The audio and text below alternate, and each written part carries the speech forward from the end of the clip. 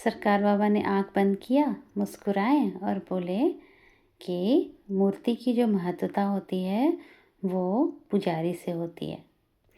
अगर प्राण प्रतिष्ठा करने वाला जो पुजारी है, अगर उसका आचरण ठीक नहीं है तो वो मूर्ति आपको कभी फलित नहीं होगी, कोई फल नहीं देगी। अगर वही मूर्ति, अगर वही पुजारी बहुत अच्छे आचरण का है, अनुचित आचरण का है, तो उसके द्वारा पूजा फलित भी होता है और उसके द्वारा प्रतिष्ठित प्राण प्रतिष्ठित मूर्ति भी फलित होती है।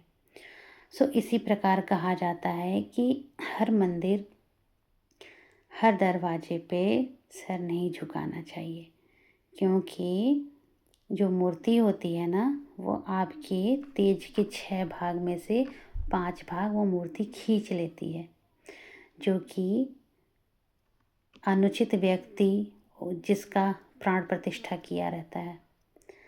और एक तरीके से हम उस व्यक्ति को अपनी ऊर्जा दे देते हैं। इसलिए हमेशा सोच समझ करके किसी भी मंदिर, किसी भी स्थान को प्रणाम करना चाहिए, किसी मूर्ति को प्रणाम करना चाहिए।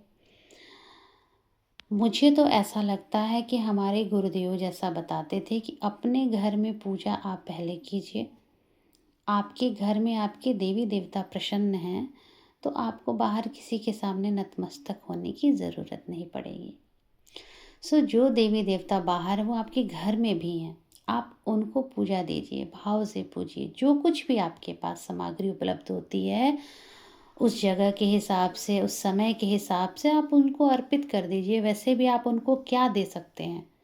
जो स्वयं आप उनसे लेते हैं उनको हम क्या दे सकते हैं? लेकिन अपने भाव द्वारा जब हम पूजा करते हैं, अपने घर के देवी देवता को जागृत करते हैं, तो उससे बड़ी पूजा कुछ नहीं होती। वो आपको ऊर्जा देता है, ऐश्वर्य देता है, वैभव देता है, सुख संपत्ति देता है। उसी प्रकार जो बाहर में जो मूर्तियाँ होती हैं, जो किसी द्वारा प्रतिष्ठित प्राण प्रतिष्ठा की हुई रहती है, हमें नहीं पता रहता वो किस तरह का इंसान था, उसने किस प्रकार उस मूर्ति को स्थापित किया है, किस पैसे को यूज़ किया उस मंदिर को बनवाने में। उस तरह के मंदिर और उस तरह के देवी देवताओं को पूजा करने से हमारे अपने ऐश्वर्य का 6 भाग में से 5 भाग वो मूर्ति और वो मंदिर खींच लेता है। इसीलिए हर जगह मन्नत नहीं मांगते हैं, हर जगह माथा नहीं टेकते हैं। हमेशा उस महत्व को समझिए कि जिस मंदिर का पुजारी अच्छा नहीं है, वो मंदिर कभी भी आपको सही फल नहीं दे सकता। जिस मंदिर का पुजारी अच्छा आचरण वाला है, बहुत ज़्यादा प्रभावशाली है, उसको देख कर के आपके मन में एक अच्छा विचार उत्पन्न होता है, तो आप समझिए कि हाँ, आप उस जगह पे स्थान पे गए हैं और वो सच में एक जागृत स्थान है।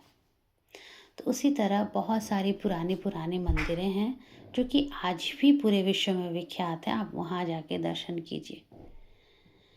और सबसे बड़ा तो पूजा तो अपने घर का पूजा होता है। अगर आपके घर के देवी देवता, आपके गुरु प्रसन्न हैं तो आपको किसी के सामने नतमस्तक होने की ज़रूरत नहीं है। हमारे सरकार बाबा ने हमें यही सिखाया है अपने वाणी के माध्यम से, अपने ज्ञान के माध्यम से, अपने आशीर्वचन के माध्यम से, कि जो भी मूर्ति जिसके द्वारा पूजित है, अगर उसका आचरण अच्छा नहीं है तो वो मूर्ति आपको कभी फल नहीं देगी। हर हर महादेव, जय माँ गुरु। ज्ञानवर्धक बातें थी, मैंने लिया, आपको दिया, आप किसी और तक पहुँचाइए ताकि लोगों के अंदर वो जागरूकता आए कि स्वयं अपने भाव से जो आप पूजा करेंगे वो ज़्यादा स्वीकार होगी।